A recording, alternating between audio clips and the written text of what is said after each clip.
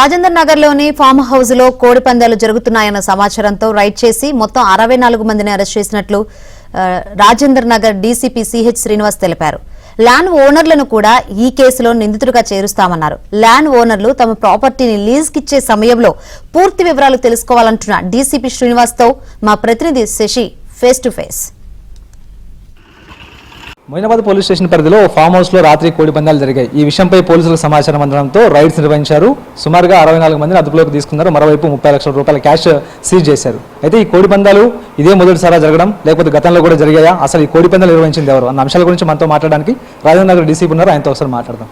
Sir చెప్పండి sir, అసలు ఈ కోడి పందాల మీద సమాచారం వచ్చింది, రైడ్ చేశారు, అసలు ఈ కోడి పందాలు ఎవరు నిర్వహిస్తున్నారు? ఇది భూపతిరాజు వర్మ అని అక్కడ మన గోదావరి జిల్లా అతను ఇక్కడ ఫామ్ హౌస్ లీజ్ తీసుకొని జరుపుతూ ఉన్నాడు. ఇది థర్డ్ టైం. ఇది మూడోసారి మనకి జరుగుతున్నప్పుడు ఇన్ఫర్మేషన్ వచ్చింది ఎస్ఓటీ రాజేంద్ర నగర్కి టీంకి ప్లస్ మొయినాబాద్ పోలీసులు కలిసి ఇది ఆర్గనైజ్ చేయడం జరిగింది రైడ్ని. దీంట్లో 64 మెంబర్స్ని ఇప్పుడు అప్రహెండ్ చేశాం. ఆ 64లో 53 పీపుల్ ఆంధ్రప్రదేశ్ సంబంధించిన వాళ్ళు, 4 ఈ కేర్ టేకర్స్ ఉన్నారు కోళ్ళకి సంబంధించింది, 7 మనకి వీళ్ళ ఫ్రెండ్స్ ఎవరైతే కూకట్పల్లి ఆ ఏరియాలో వాళ్ళు ఉన్నారు. ఇక్కడ ఈ మధ్య కాలంలోనే ఇతను లీజ్ తీసుకోవటము మనకి ఇన్ఫర్మేషన్ రావటం, రైడ్ చేయటం అయింది. ఈ సీజర్లో 84 కోళ్ళు, పందెపు కోళ్ళు సీజ్ చేసాం. 46 నైఫ్స్ ఉన్నాయి అక్కడ. తర్వాత 64 స్మార్ట్ ఫోన్స్ చేసాం. 55 కార్స్ కూడా చేసాము. 30,50,000 పైగా ఒక నెట్ క్యాష్ కూడా ఉంది. అక్కడ వాళ్ళు టెంట్ వేసుకొని ఒక గిరిలాగా గీసి మనకి అక్కడ మన టీవీలో చూస్తున్నట్లుగానే ఏపీలో జరుగుతున్న ఫండాలో అతను పెట్టడం, మనకి ప్రజల కోఆపరేషన్తో ఈ ఇన్ఫర్మేషన్ రావటం, సీజ్ చేయటం అయింది. భారీగా నగదు లావాదేవీలు జరిగాయని చెప్పేసి తెలుస్తుంది. 30 లక్షల క్యాష్ కూడా సీజ్ చేశారు కూడా. అలాగే యూపీఐ ట్రాన్సాక్షన్స్ కూడా బాగా జరిగాయని చెప్పేసి తెలుస్తుంది. మొత్తం ఎంతవరకు ట్రాన్సాక్షన్ జరిగి ఉంటుంది సార్? అది ఇట్లా ఇమాజిన్ చేసి మీకు చెప్పలేము. మన దగ్గర ఉన్న క్యాష్ అది, తర్వాత యూపీఐ ట్రాన్సాక్షన్స్ ఏమైనా ఉంటే ఆ ఫోన్ సీజ్ చేస్తున్నారు కాబట్టి వాళ్ళ దగ్గర నుంచి అది ఇన్ఫర్మేషన్ తీసుకున్నాక సాధ్యమవుతుంది. తెలుస్తుంది సార్, ల్యాండ్ వాళ్ళకి అన్నీ తెలిసే జరుగుతున్నాయి ఇవన్నీ కూడా, అసలు ఆయన తెలియకుండా గోప్యంగా చేస్తారు.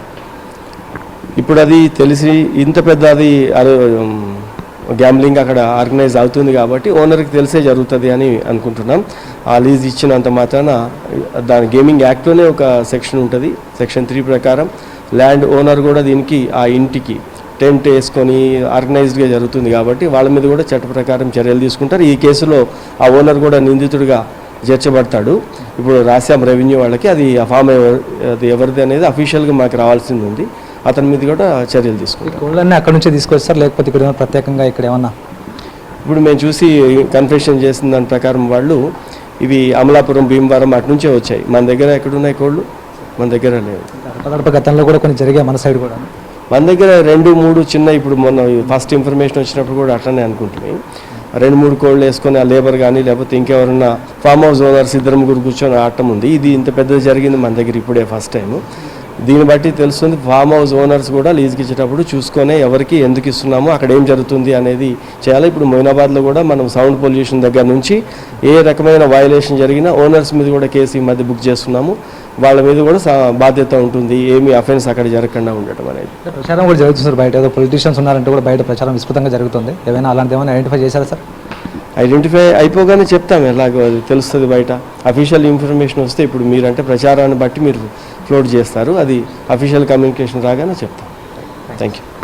ఇది మొత్తానికి రాత్రి కోడి పందాలు జరుగుతున్నటువంటి సమయంలో సమాచారం రావడంతో పోలీసులు రైడ్ చేశారు. ఇది మొదటిసారి కాదు, గతంలో కూడా 2 సార్లు జరిగాయి. ఇది 3వ సారి అంటూ కూడా రాజేంద్ర నగర్ డీసీపీ చెప్తున్నారు. ఇవన్నీ కూడా భీమవరం తదితర ప్రాంతాల నుంచి కోళ్ళని ఇక్కడికి తీసుకొచ్చి ఇక్కడ కోడి పందాలు నిర్వహిస్తున్నట్టుగా కూడా పోలీసులు ఇప్పటికే గుర్తించారు. ఇదే కాకుండా ఇప్పుడు ల్యాండ్ ఓనర్తో ఆ ల్యాండ్ లీజుకు తీసుకుని ఈ మొత్తం కోళ్ళ సంబంధించిన పందాలు నడుపుతూ ఉన్నారు కాబట్టి ఇందులో ఈ కేసులో ల్యాండ్ ఓనర్ని కూడా అక్యూజ్డ్గా చేర్చేటటువంటి అవకాశం ఉంటుందంటూ రాజేంద్ర నగర్ డీసీపీ చెప్తూ ఉన్నారు. Vote studio.